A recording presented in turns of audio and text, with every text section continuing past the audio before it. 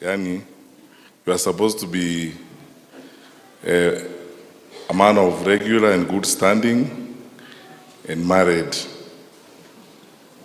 Pastor Mutugi, so that you know that since you left Lavington SDA Church, and since we were worshiping together in Nairobi, nothing has changed in my life.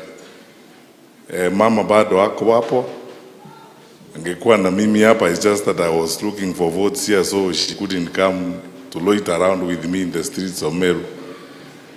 But I want to assure you, Pastor, that I have remained in good and regular standing, and since the church allows me, and she allows me to speak on her behalf, so on behalf of Mama Lynette, na wasalimu kwa jina la Yesu, hamjambo. Bas, so I am still in that regular arrangement, Modesta.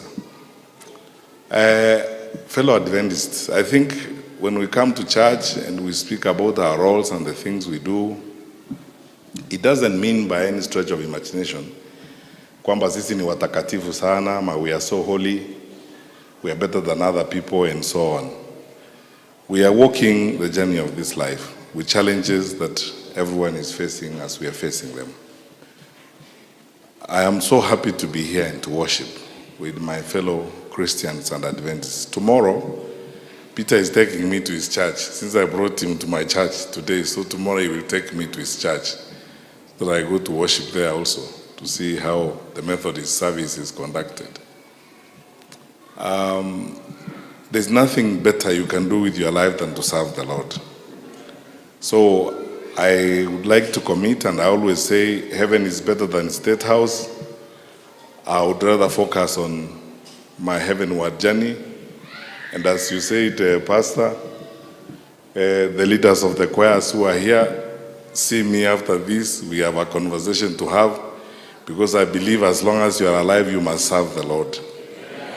And I will do my bit in serving the Lord, even in serving our country out there.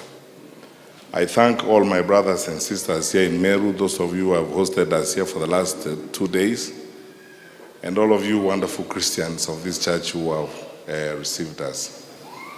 We are in this because we want to make a honest, open, and sincere contribution to our country. There's nothing more you can do as a patriot to your country than to serve it, and serve it honestly. We want to serve very sincerely. There are challenges in this country. As of this morning I was counting, over 15 schools are closed. We have very fundamental challenges. In fact, today, I would like to step out of the political thing and speak as a responsible parent and a responsible citizen, and ask our president, the minister, and the people in the education sector. It's abundantly clear that you have a problem and you have a crisis. And there is no reason why to be arrogant and refuse to accept what everyone can see. Muko na shida. And the sector has been very badly mismanaged. Next week, when we have the retreat with my colleagues in the opposition, I'm going to plead with them that we now look for an opportunity for an all-parties conversation on the education sector in the country. Because you see, we can keep pointing fingers at the government and blaming the government and saying this and saying that. We look like irresponsible people. Our children are suffering, and we are spending time calling each other names, saying it's him who's wrong, it's how who has not done this, this one who has not done this. Personally, I would like to say sincerely, as a believer, that on that one issue, we can have whatever political differences we have or whatever it is, but on that one issue, and I hope His Excellency, our President, because we respect the Constitution and we have to respect the Constitution. William Ruto is our President under the law, and we have not suspended the Constitution. So I hope our President will see it as a genuine and sincere need for us to have an all-parties conversation on the education sector in the country. Because it's a crisis, and it is going to blow up sooner than we think.